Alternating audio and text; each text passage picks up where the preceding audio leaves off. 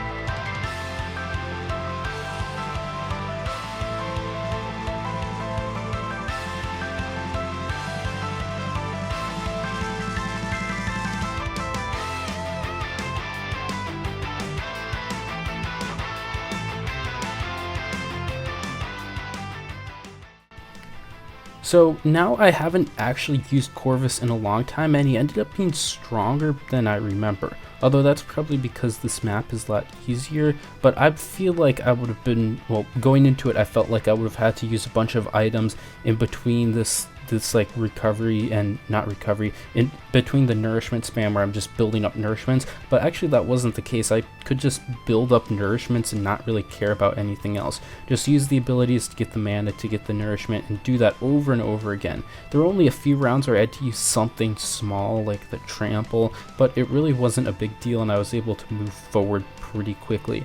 Maybe this is the opposite if you were going for the Ice Shards instead of the Juggernaut, which probably would have been the case. The Juggernaut really did make some of these rounds a little bit easier, knocking back all those Bloons, and then the camo Bloons weren't really much of a concern. And on top of that, because I can get Submergent support, I also can get 240 on the Mermonkey instead of 041, which is a little bit stronger in the late game, although in the early game it's a little bit weaker. So maybe it balances out, I don't know. Either way, I was told that the other option that saved 2,000 was pretty easy too, and this was fairly easy, so I guess it's all fine and dandy and nobody really cares. At least I got 160,000 spare, which is a pretty good mark.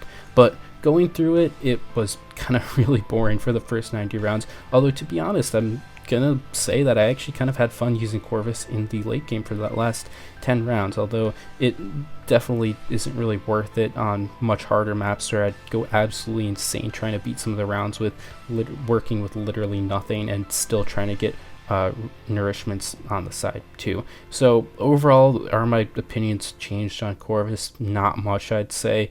But on some beginner maps, it actually might be pretty fun. And also having to do this twice, because you'll see later I kind of mess up in a pretty brutally silly way on round 98. So I ended up having to do all this recovery stuff again. But Arctic Knight, as always, is just really powerful. It is a bit bugged to this update, so I've been doing some funky stuff with that. But on this map in general, it also is really strong in the first place because it can bounce around a lot, which is really cool.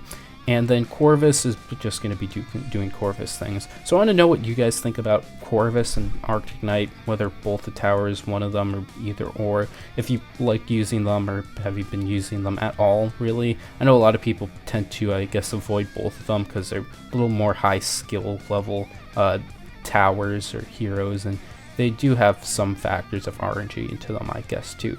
But the rest of this game was working pretty easy, and I'm almost up to level 20 finally, which is cool. Once I get level 20, I can relax and actually focus on actually beating up all the balloons.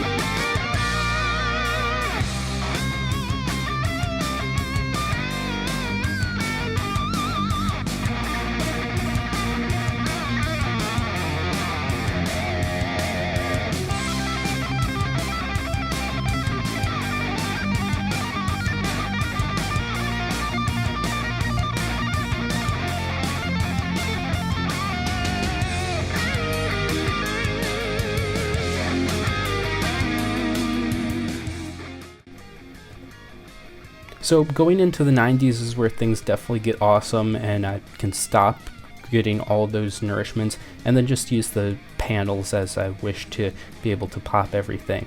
And there are 16 and they kind of look intimidating, but half of them don't really get used, I'm gonna be honest, and some of them are like very situational. And the way that I think about it is that there's just a bunch of combos that are really good with it all kind of revolving around Echo. That's like the only one thing that's kind of used for everything. And then if you're in a certain situation, this combo is going to work out well to beat that, and so on and so forth. So like for these DDTs, I use Echo Hands, and then I bring in Spear just to help clean up a little bit and then move it back, and we're fine for that. So like Hands is really good against DDTs and round 100, kind of stuff like that. So in terms of like using Corvus, it really wasn't difficult. Everything was pretty intuitive. I was able to use things here and there, and then I was able to kind of stall out for the ability just because this map is long and I kind of have everything shoehorned into the back. So that's really effective. Round 97 was a little bit annoying because I wanted to have like full mana up and everything for 98, which is a little bit more difficult than it seems. I didn't really necessarily have to have the ability fully up, so this I guess was fine. And then round 98 is where I messed up, because I was focusing on using Corvus. I had some tricks that I kind of developed based on how this round was going to be able to beat the round and kind of stall out a little bit and then have Corvus clean up like so. And I was doing really well. I was focused on Corvus, but what I was not focused on was the Arctic Knight ability, and it was not up for 99 sadly on the first attempt. So I could not beat 99 because I needed the Arctic Knight ability up. Even if I got Echo in Hands, I really didn't have enough.